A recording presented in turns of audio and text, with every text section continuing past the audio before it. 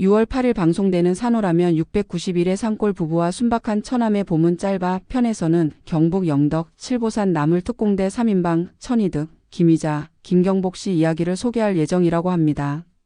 어디든 세트처럼 칠보산 나물특공대 3인방. 지푸른 동해 바다를 지척에 둔 경북 영덕 해안도로에서 샛길로 빠져 구불구불 산길을 한참 오르다 보면 10여 가구가 사는 칠보산 자락의 산골 마을이 나타난다고 하는데요. 집주인의 바지런함이 느껴지는 반들반들한 장독이 반기는 산마을 첫 집에는 61살 남편 천이득 씨와 62살 아내 김희자 씨 부부 그리고 위자 씨의 막내 동생인 51살 김경복 씨까지 모두 세 식구가 살고 있다고 합니다. 산나물이 지천에 돋아나는 이 즈음 세 사람은 어디든 세트처럼 붙어 다닌다고 하는데요. 제피나무, 우산나물, 참두릅 그리고 산밭의 소고기라 불리는 고사리까지 풍성한 칠보산. 덕분에 부지런만 떨면 굶어 죽을 걱정 없다는 게 산골 출신 아내 위자 씨의 자랑이라고 하네요. 위자 씨의 지휘 아래 세 식구는 매일 새벽같이 일어나 일을 서두른다고 하는데요. 이렇게 부지런한 아내의 모습이 농사라곤 지어본 적 없는 남편 희득 씨는 사실 좀 불만이라고 합니다. 산나물을 따느라 비탈밭을 오르며 앉았다 일어서는 게 여간 고역이 아니라고 하는데요. 매형이라면 껌벅하는 처남 경복 씨도 한마음이지만 산이라면 사족을 못 쓰는 위자 씨를 막을 수는 없다고 하네요. 위자 씨는 깊고 외진 산골에서 태어나 산 아래 학교까지 무려 왕복 4시간을 걸어 다녔다고 합니다. 도로가 없던 그 옛날에는 해 뜨기 전에 집에서 출발해 해가 져서야 집에 돌아왔다고 하는데요.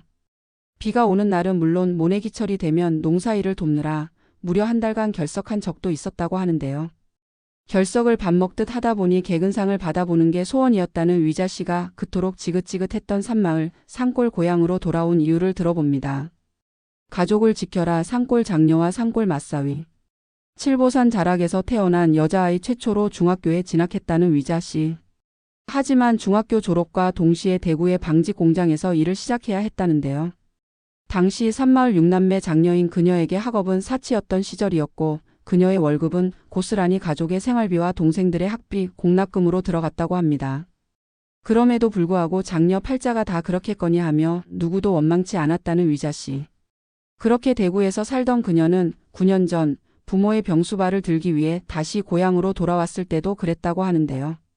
다행히 별말 없이 아내를 따라주었던 남편 희득 씨는 부모님을 여인 지금도 위자 씨와 함께 아내의 고향집을 지켜주고 있다고 합니다. 알고 보면 희득 씨 역시 7남매의 장남 귀한 장손이었다고 하는데요. 하지만 제 의지와 상관없이 자식이 없던 큰댁에 보내져 큰댁에서 자랐다고 하네요. 그러니 친어머니를 엄마라고 부를 수도 없었다는 희득 씨. 친동생들을 동생이라 할 수도 없는 애매한 상황에서 성장한 그는 늘 외로웠다고 하는데요. 그러다 위자 씨와 만나 산골 처가를 처음 방문한 날 위자 씨의 어린 동생들이 우르르 달려와 주저없이 매형녀, 우리 매형녀 하는 소리에 난생 처음 가족의 정을 느꼈다고 합니다. 그 중에서도 당시 초등학교 5학년이었던 막내 처남 경복 씨에게 유독 정이 갔었다고 하는데요. 말이나 행동이 어딘가 어수룩하지만 누구보다 순수했던 막내 처남 희득 씨는 처남이란 호칭 대신 지금까지 보가라고 부른다고 하네요. 위자 씨의 부모님이 떠난 지금도 산골 장녀 위자 씨와 산골 맞사위 희득 씨는 경복 씨를 동생처럼 또 자식처럼 돌보고 있다고 합니다. 봄비와 함께 처남이 사라졌습니다. 부슬부슬 봄비가 내리는 어느 날 부지런한 세 식구가 산중에 자리한 산양삼 밭을 찾았다고 하는데요.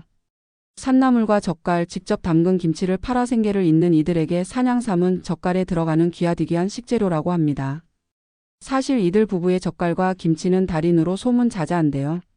젓갈에 들어갈 산양삼은 장인 어르신 내외가 심은 것부터 수년 전 희득 씨와 보기 씨가 구슬땀 흘려가며 심은 것들이라고 합니다.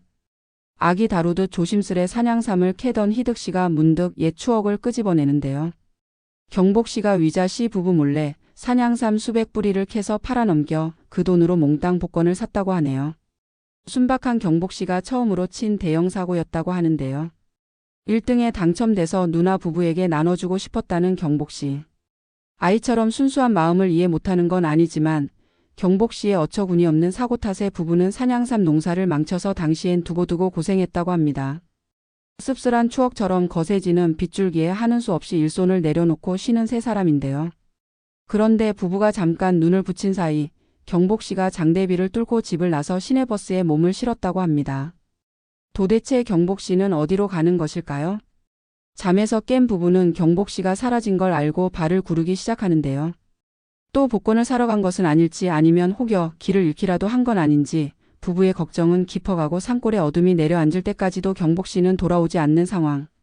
가족들에게 무슨 일이 생긴 것일지 방송을 통해 확인할 수 있습니다. 출연자 연락처, 산나물, 김치, 된장 등 구입 판매처 및 자세한 이야기는 아래 댓글 링크 참고하시기 바랍니다.